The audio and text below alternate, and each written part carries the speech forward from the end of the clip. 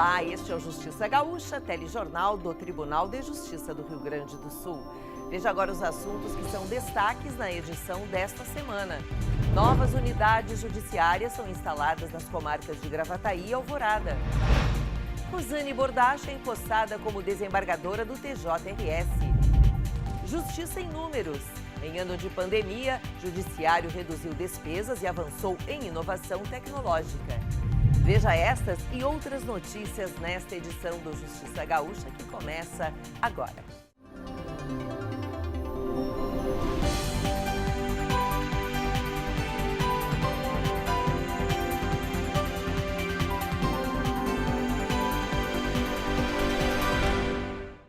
Duas comarcas da região metropolitana de Porto Alegre ganharam novas unidades judiciárias. O presidente do tribunal, desembargador Voltaire de Lima Moraes, conduziu o ato de instalação nas comarcas de Gravataí e Alvorada.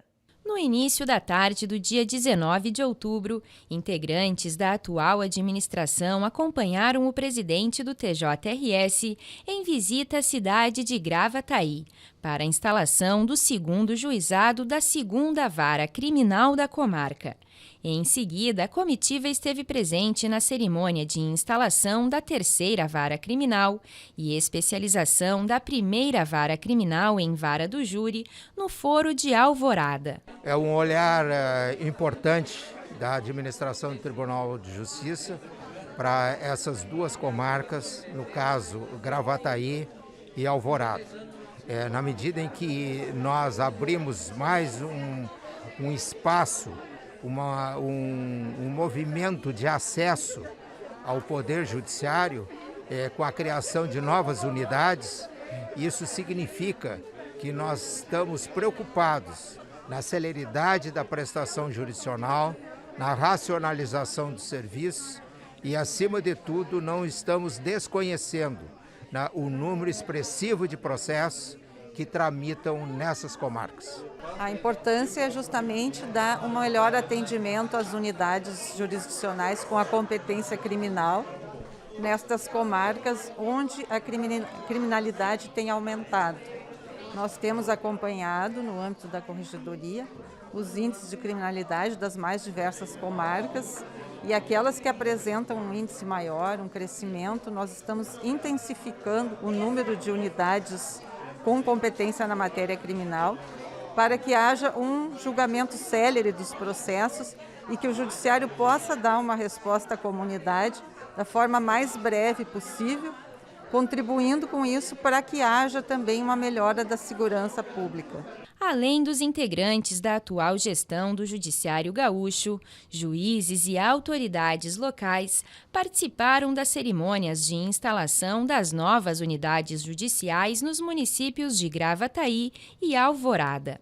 As direções dos foros das comarcas ressaltaram a importância da melhoria nas condições de trabalho para aprimorar a prestação jurisdicional na área criminal das cidades da região metropolitana. Nós estamos muito felizes de receber essa nova estrutura, principalmente porque a 2ª Vara Criminal de Gravataí, ela trata de questões sensíveis como a proteção à mulher vítima de violência, as próprias questões dos delitos em geral, que são aqui em Gravataí são delitos graves.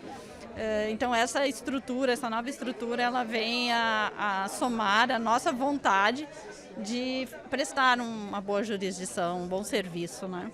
E isso também vai permitir que nós trabalhemos com a rede local de uma maneira mais eficiente, porque um dos juizados será especializado na parte de violência doméstica e nós já temos um trabalho de rede nessa área, então eu acredito que, havendo uma racionalização da distribuição dos processos, isso vai gerar um efeito muito positivo para o cidadão. Então, estamos muito felizes. Primeiro que uma nova unidade sempre nos auxilia muito, né? O volume de trabalho do judiciário é conhecido, é notório, né? Mas principalmente a especialização das matérias, ela aumenta a capacidade da prestação jurisdicional, né? A resposta, né, do Poder Judiciário vai ser mais efetiva, isso com certeza. A gente espera que A vara do júri era um sonho já que se tinha há muito tempo aqui na comarca, uma vara especializada pelos índices de criminalidade, que são conhecidos de todos, Alvorada já é conhecido por isso. Então, a gente espera que a gente consiga dar uma resposta mais efetiva para a criminalidade, né? Distante 23 quilômetros da capital gaúcha, o município de Gravataí possui 255 mil habitantes. Tramitam na comarca de entrância intermediária aproximadamente 93 mil processos. Além do município sede, também atende a cidade de Glorinha. Já a Alvorada, que fica a 21 quilômetros de Porto Alegre, tem cerca de 211 mil habitantes. Tramitam na comarca cerca de 60 mil processos judiciais. A previsão para os foros de Gravataí e Alvorada se tornarem 100% digital é no primeiro semestre de 2022. A juíza de direito Rosane Vanner da Silva Bordache tomou posse no cargo de desembargadora, em cerimônia conduzida pelo presidente da Corte, desembargador Voltaire de Lima Moraes. A desembargadora foi promovida por merecimento pelos integrantes do órgão especial do TJRS em 30 de agosto deste ano. Magistrados da atual administração do Judiciário Gaúcho e a equipe da nova desembargadora participaram da cerimônia de posse realizada no dia 18 de outubro no gabinete do presidente do TJRS no Palácio da Justiça. Recebemos com muita satisfação. É mais uma colega que vem somar, certamente, aqui no Tribunal de Justiça, com a sua experiência na atividade jurisdicional, em comissões, em conselhos que ela participou, o que demonstra que ela tem tido, ao longo de todo esse período, uma atividade muito profícua, muito exitosa no Poder Judiciário. Recebemos com muita alegria e também para o tribunal é um ganho enorme em termos de qualidade, porque é uma colega com um histórico muito grande e nas questões de gestão, de racionalização do serviço, uma colega extremamente competente, produtiva, comprometida com o trabalho.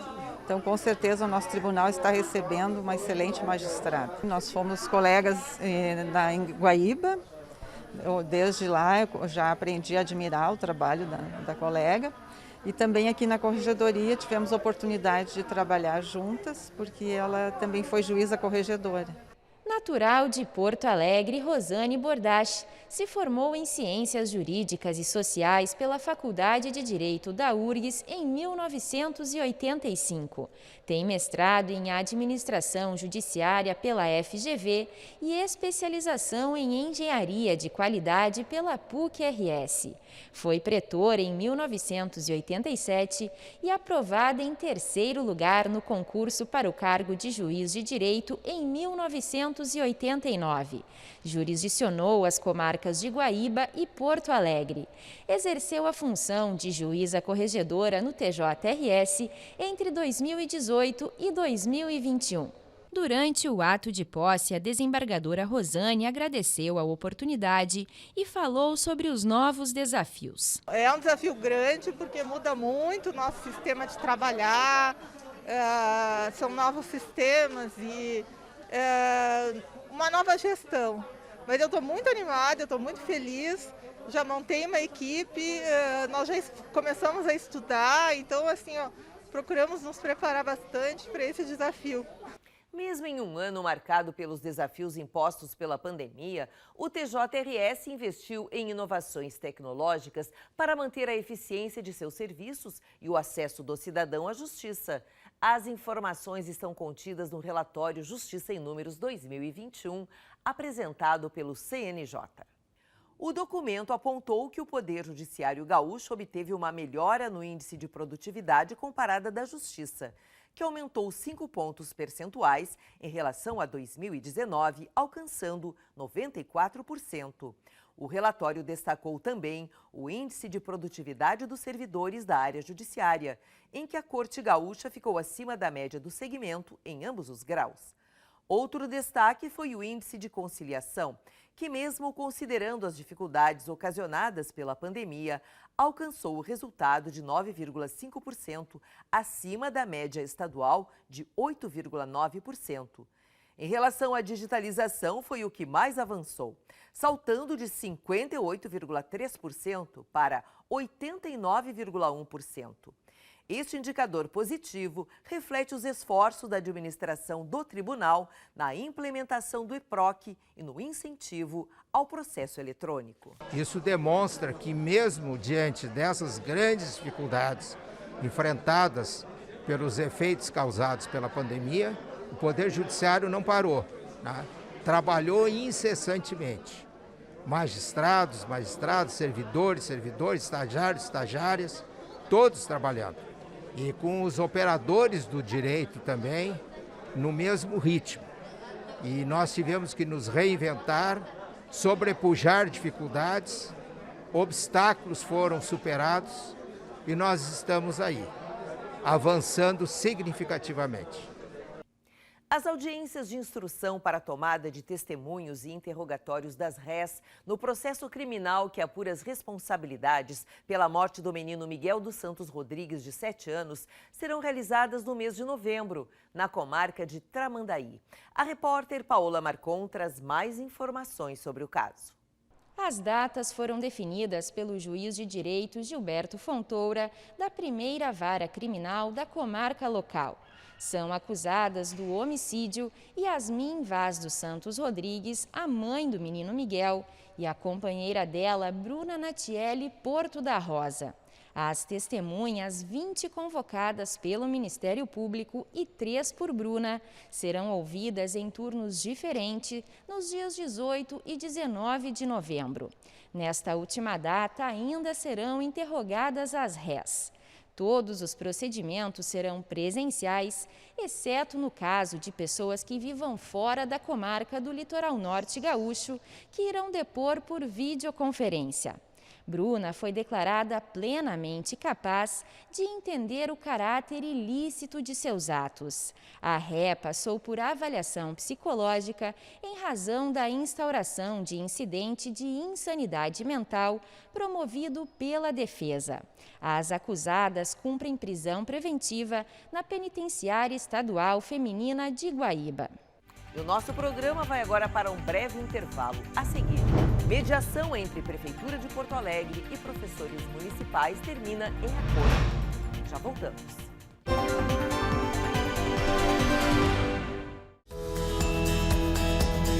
Quando o cidadão ganha em definitivo um processo na Justiça contra o poder público, questionando valores devidos, ele não recebe imediatamente. O Poder Judiciário emite uma ordem de pagamento do valor, o chamado precatório. O pagamento respeita rigorosamente a ordem cronológica de ingresso, considerando primeiro os alimentares e depois os de natureza comum. Somente os precatórios alimentares têm possibilidade de receber a parcela superpreferencial, na seguinte ordem. Primeiro recebem os credores com doenças graves. Depois, os idosos com 60 anos ou mais, seguidos pelas pessoas com deficiência física.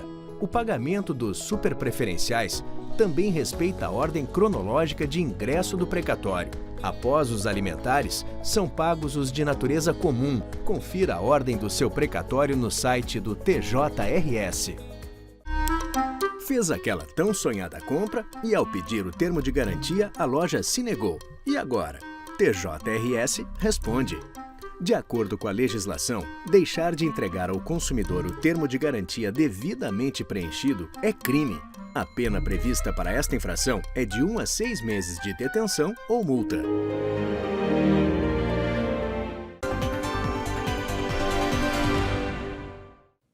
A sessão de mediação realizada pelo Sejusc-Poa resultou no termo de entendimento entre o SIMPA e o município de Porto Alegre sobre a volta às aulas presenciais. A repórter Paola Marcon traz mais informações sobre o acordo. Segundo o acordo, o município de Porto Alegre irá ampliar a testagem na comunidade escolar e será mantida a realização de reuniões periódicas do COI municipal, assim como a formação dos integrantes. O termo ainda trata sobre as orientações em caso de professores, funcionários e alunos apresentarem sintomas de Covid-19 e o que poderá determinar a suspensão das aulas. Além do fornecimento de verba extra para material de proteção, o município se comprometeu que não haverá prejuízo à situação funcional e remuneração dos servidores que integram o movimento grevista, desde que haja o cumprimento da recuperação de carga horária prevista. Com a homologação do acordo por sentença, serão extintos os processos judiciais que envolvem a suspensão do retorno presencial das aulas na rede municipal pública. As reuniões foram conduzidas pela juíza de direito Dulciana Optis, coordenadora do Sejusc Poa, e pelas mediadoras Carla Bezon e Eliane Artioli Herman. Eu acho que foi um espaço muito importante para a gente poder se escutar, para a gente poder fazer uma grande troca e o quanto foi importante também nós construirmos esse acordo juntos. Eu, como secretária, eu me coloco aberta a partir de agora para que a gente possa continuar conversando. Nós sabemos que temos muitos problemas. Claro que a gente vai precisar muito, né, voltar a falar sobre outros assuntos, mas eu queria hoje, principalmente nessa data do Dia do Professor, agradecer, então, todo o trabalho da doutora Dulce com as mediadoras, que a gente chegasse, então, nesse acordo e que a gente possa, assim, a partir de agora, a discutir outros assuntos que são tão importantes também para a educação. E esse documento, né, que nós estamos saindo daqui hoje dando acordo, encerrando esse processo de mediação, ele pode servir como um marco, né, nas relações entre o município, né, e os servidores e as servidoras, no que se refere a todas as pautas polêmicas que ou surgem através de demanda do município, ou através da vida, ou seja, através dos próprios servidores e servidoras. Agradeço muito a oportunidade que nós tivemos de participar desse espaço aqui. Que bom que a gente pudesse tratar todos os nossos conflitos dessa forma. Então, para nós, foi coroado de êxito por isso. Eles têm um canal de comunicação, né? Então, essas pessoas que participaram criaram encontraram a forma de resolver. Foram eles que criaram, né? Que trouxeram, que debateram. E apesar de, em alguns momentos, né, termos tido uma conversa, em determinados momentos, um pouco mais rígida, né, mais dura, mais firme, digamos, sempre foi com muita cordialidade, foi um processo muito interessante, né, de ver como as pessoas vão reaprendendo a conversar. Todos sabemos que o acordo extrajudicial pode ser usado para dar fim a todo tipo de conflito. Mas, afinal, quais tipos de conflitos podem ser resolvidos em um acordo extrajudicial? Podem ser resolvidos os conflitos contratuais. São aqueles relacionados entre uma empresa e seus parceiros ou sócios, por exemplo. Também pode ser restaurado com a ajuda do acordo extrajudicial e os meios alternativos. Também os conflitos consumeristas. Ações do direito do consumidor são comuns na justiça brasileira. Mas conflitos podem ser facilmente resolvidos entre consumidores e empresas de forma amigável e rápida, o que é benefício para todos. Por último, os conflitos trabalhistas é possível resolver problemas com funcionários e ex-funcionários desde 2017, depois de sancionada a reforma trabalhista. A possibilidade de se fazer um acordo extrajudicial com segurança jurídica é algo relativamente novo no Brasil. Esses métodos, como a mediação e a negociação, dão autonomia às partes e incentivam a construção de acordos negociados por meio do diálogo amigável. Recentemente, magistrados do TJRS participaram de encontro na Assembleia Legislativa que debateu o orçamento do Estado, plano de carreira dos servidores do Judiciário e serviços notariais e de registros. O desembargador Cairo Roberto Rodrigues Madruga, presidente do Conselho de Relações Institucionais, e magistrados do TJRS se reuniram com o deputado Matheus Vesp, líder da bancada do PSDB e relator da proposta de lei orçamentária anual para 2022 na Assembleia Legislativa. Outro assunto do encontro foi a tramitação de processos relativos aos serviços notariais e de registros do Estado. São projetos de criação de novas serventias no Estado. Essas serventias envolvem registro civil de pessoas naturais, registro civil de pessoas jurídicas, tabelionato de notas, protestos e registro de imóveis. São serviços públicos que estariam à disposição dos cidadãos, e envolve não apenas atividades comerciais e industriais, mas também a garantia e preservar os direitos. Então, são projetos que vão ao encontro, do jurisdicionado e dos cidadãos e que são muito importantes para o Tribunal de Justiça. Os membros do Conselho de Relações Institucionais também se reuniram com as entidades de servidores do Poder Judiciário. O encontro teve como convidado o secretário adjunto da Casa Civil, Bruno Freitas, que falou sobre a tramitação do projeto de lei. O projeto, após ser aprovado por unanimidade nas comissões de Constituição e Justiça e de Segurança e Serviços Públicos, agora vai à votação pelo plenário da Assembleia Legislativa. Nossa expectativa, que foi reforçada na última quinta-feira, em reunião realizada com o secretário adjunto da Casa Civil, Dr. Bruno Freitas, e com as entidades representativas dos servidores, é a de que seja ele aprovado sem qualquer emenda na sessão da próxima terça-feira. Em razão da necessidade de reorganização cartorária e implantação de plano de trabalho nas unidades judiciais da comarca de Arroio do Tigre, a Corregedoria-Geral da Justiça autorizou a realização de expediente exclusivamente interno até o dia 29. A medida também determina a suspensão dos prazos dos processos físicos e eletrônicos, sem prejuízo das medidas urgentes, em regime de plantão e da realização das audiências já designadas em todas as unidades do foro. O nosso programa vai agora para mais um intervalo e no próximo bloco, veículos de comunicação interessados em acompanhar o julgamento do caso Kiss podem fazer o credenciamento. Já voltamos.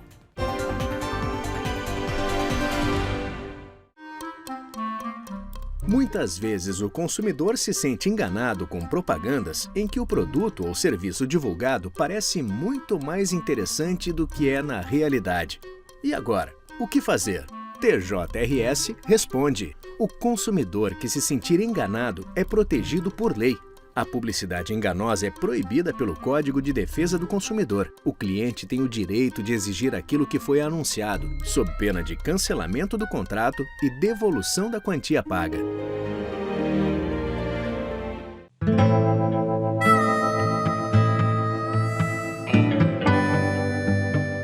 Atenção! Cuidado com tentativas de golpes envolvendo precatórios.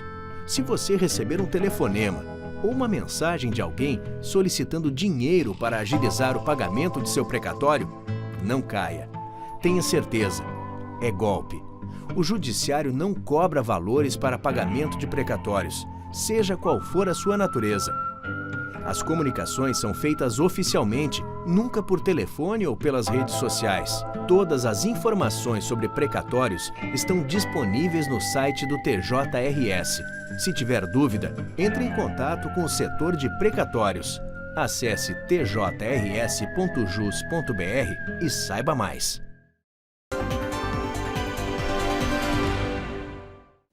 O júri dos 4 réus que respondem à ação penal decorrente do caso Kiss terá início em 1º de dezembro no Foro Central 1, em Porto Alegre. Os veículos de comunicação interessados em acompanhar o julgamento já podem se credenciar junto à unidade de imprensa do Tribunal de Justiça. Serão disponibilizados ao todo 44 lugares, cujas vagas serão preenchidas por ordem cronológica de inscrição. Desse total, 8 são no plenário, onde ocorrerá o júri, e 36 na sala de apoio reservada à imprensa. O prazo de credenciamento se encerrará às 6 horas da tarde do dia 1º de novembro de 2021 ou antes, caso as vagas sejam preenchidas. A entrega das credenciais será realizada no dia 16 de novembro, no prédio do TJRS. Na ocasião, será realizada uma reunião preparatória entre o setor de imprensa do TJRS e os jornalistas que trabalharão na cobertura do júri. O jornalista e respectiva equipe devem enviar seus dados, informando nome completo e empresa para o e-mail imprensa@tjrs.jus.br. Para mais informações sobre o credenciamento, acesse tjrs.jus.br. Neste mês das crianças, lembramos que a Constituição Federal estabelece o dever do Estado, da família e da sociedade de assegurar diversos direitos a crianças, adolescentes e jovens com prioridade absoluta.